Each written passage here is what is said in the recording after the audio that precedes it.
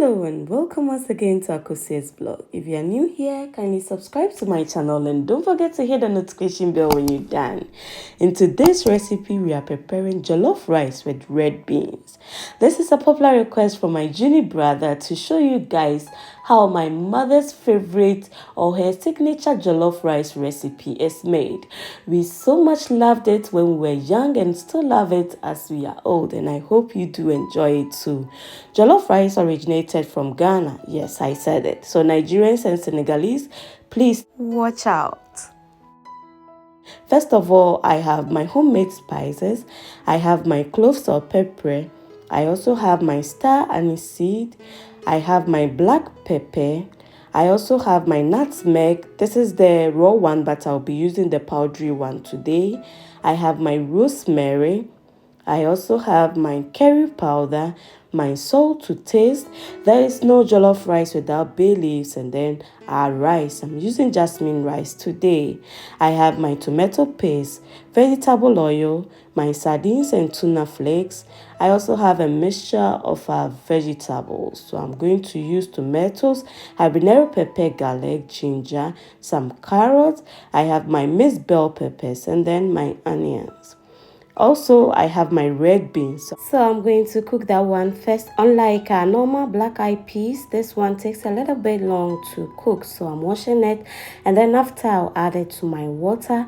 You can add baking soda or kiln to quicken the process, but then I'm not going to add any today. I'll allow it to boil on its own. So 30 minutes into where this is how it looks like. This is the texture I'll be going for. I don't want to overcook it, and it's fine. So I'll just off my stove and set it aside. When I'm done, I'm going to start chopping my vegetables. Now, a lot of us have been complaining about how durable our blenders are not, because we always blend our vegetables in wholes instead of chopping them before adding it to your blender. Imagine just stuffing a bunch of food or bulk food in your mouth at once, how uncomfortable and inconvenient you will feel. So it's always better to chop your vegetables before you add it directly to your blender. And today I'm not going to use water to blend my vegetables. I'm going to add a vegetable oil, and then I'll blend it all. And also because we want to shorten the cooking time.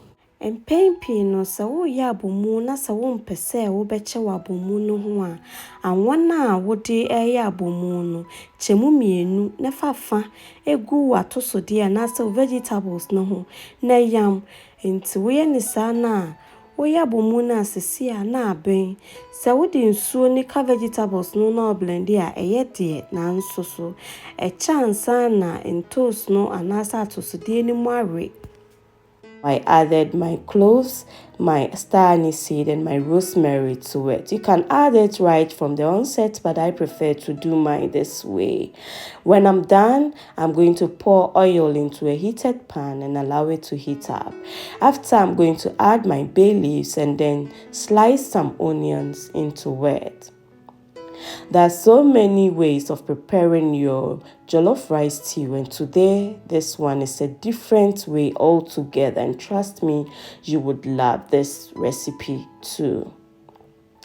Make sure it's translucent before you add the other vegetables to it. So I'm going to add my sardines and my tuna flakes and then allow it all to fry a little bit more. After, make sure to mash it into the stew or into the oil, and then you continue stirring it. Don't leave it because it would start burning if you are using a normal stainless steel saucepan. Allow this to cook for an extra 5 to 7 minutes before you add your blended ingredients. So now that is done, I'm going to add the blended ingredient to it, and then I'm going to rinse it off with a little bit of water, add my tomato paste to it. You can allow the blended ingredient to cook for 5 minutes before adding your tomato paste, but then I prefer to do it once and for all at a go because of how it keeps on splattering when you do it. After, I'm going to add the stock from my meat or my chicken, and then I'll mix it all together.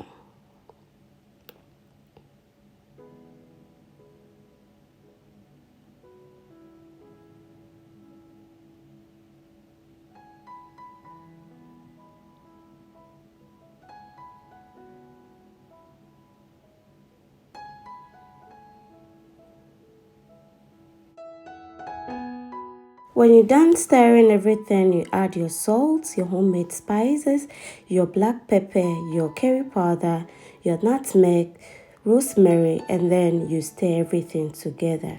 Remember, I use a teaspoon of each for this recipe because I will be adding extra when it's time to add my rice to the jollof.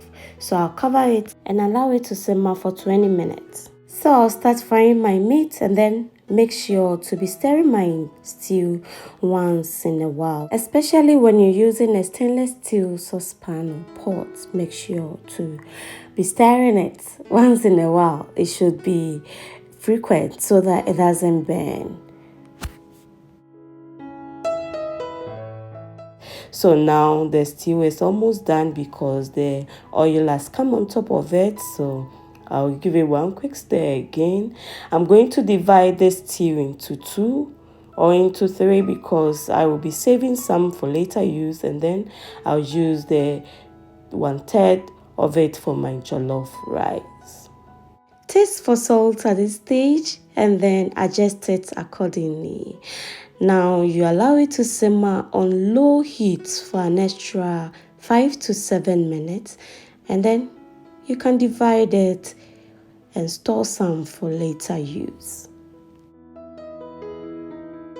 Now that is done, I'm going to add the extra teaspoon homemade spices, a teaspoon of my nutmeg powder, teaspoon of curry powder, and then just about a tablespoonful of soy sauce. After I'm going to stir everything together, wash my rice and put it directly into it.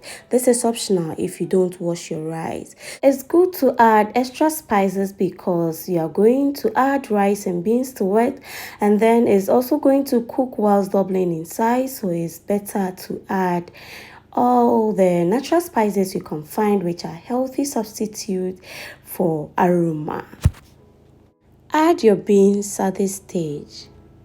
When you're done, stir everything together before adding your boiled or hot water directly to it. You can use cold water, but then my mother prefers to use hot water instead because it shortens the cooking process. So today's quick shout out goes to my lovely daughter Giselle Nana Ekia Owusu Nyamedo. I want to let you know that you are loved. Have a glorious birthday and may the heavens favor you as you grow. Amen. This is the time to add your hot water to it. Make sure to add a little. The water should be at par with your rice if you don't want it soggy. Give it a quick stir and add your meat to it too.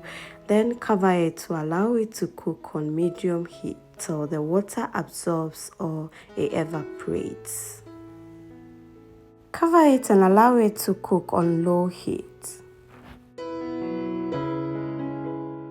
And when the water has been absorbed, it's time to give it a quick stir again. Jollof rice needs to be stirred a lot. And remember that the kind of spoons or ladle you use for your jollof rice would also determine how nice it would come out. So when you're done, I'm going to cover it with aluminum foil and allow it to simmer for 10 minutes. During the 10 minutes or after 10 minutes, I'm going to open it up, check up on it, and then give it one quick stir again. Now I'm using the fork type of ladle for this stirring so that it doesn't stick together and then it doesn't become soggy too. Cover it again and allow it to simmer for an extra 15 minutes or till it's soft. If it's too hard at this stage, kindly sprinkle a little bit of water on top of it, cover it and allow it to simmer for an extra 20 minutes. Or if after tasting and the salt content is low, just mix your salt with a little bit of water sprinkled on top of it.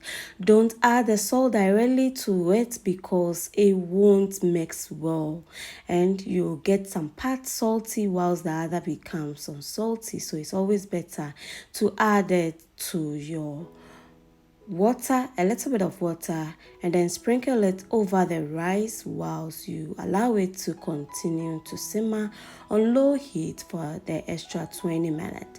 Now the food is done, so we are going to serve with a salad or with anything that you can eat your jollof rice with. I decided to fry some plantains, ripe plantains on the side, and then added some small eggs with my mayonnaise and then my tomato ketchup. Thank you, lovely people, for watching my video. Don't forget to like, share me out, comment on my videos how yours went when you prepared it, and tell me how you like your jollof rice too. I have about 2 extra recipes on jollof rice. Kindly check them out, as I'll leave the link in the description box below too. See you next time, and bye bye.